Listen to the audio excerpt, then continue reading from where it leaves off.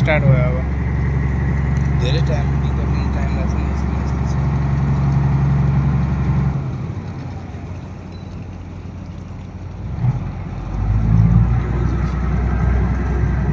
यहाँबाट अर्को जहाज आइपुग्यो। यिनीहरू पनि लाइसेन्स चाहियो होइन? यसले छेक्ने जस्तो लाग्यो मलाई चाहिँ। यसले उसलाई साइड दिन खोज्यो कि कस्तो हो? राउन्ड हान्ने होला त्यसले। 4 मिटर डुबिएर छ हेर्नु त अझै।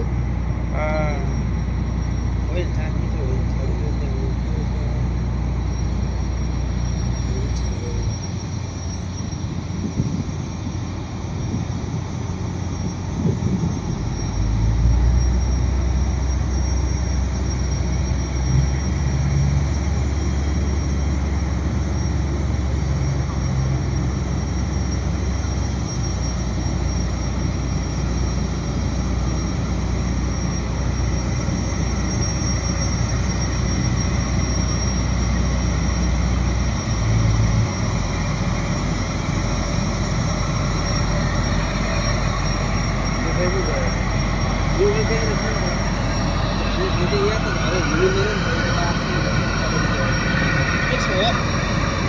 जापान भित्रका आउने मान्छेहरू चाहिँ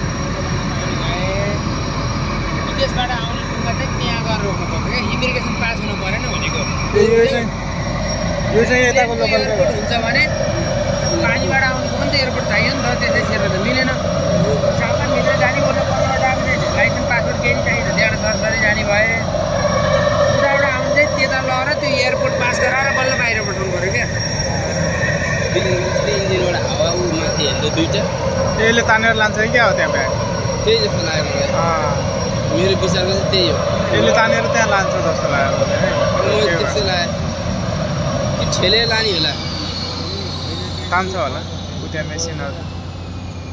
त्यहाँ मान्छे गयो हो के गर्ने त्यसले चाहिँ तानेर ब्याग लाने होला त्यसले कि कसो हो? यसको काम तान्नु मात्रै रहेछ ल। ओइ दुईटा थियो एउटा कहाँ हो? एउटा उ थियो पर पछाडिबाट फालेको के हो धुवा? माथिको चाहिँ धुवा नै हो। गयो कारको ठुलो खालको बल्ल त्यो हुन्छ कारका सारका लिएर हिँड्ने कन्टेनरहरू बोक्ने। ती मान्छेहरू यसमा झर्ने त होइन नि। उतापट्टि ढोका खोलिसक्यो होला। माथिपट्टि आयो। यता ढोकै छैन उता झर्ने।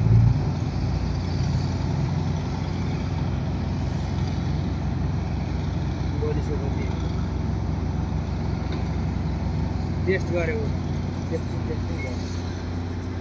गरेको सबै बोल्यो सबै फेरि चाहिँ बोल्नु।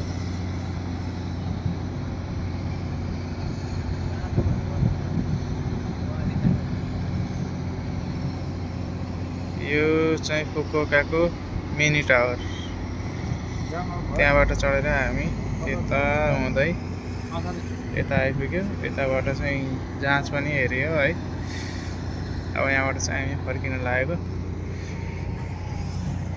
हाम्रो टिमहरू यता छ।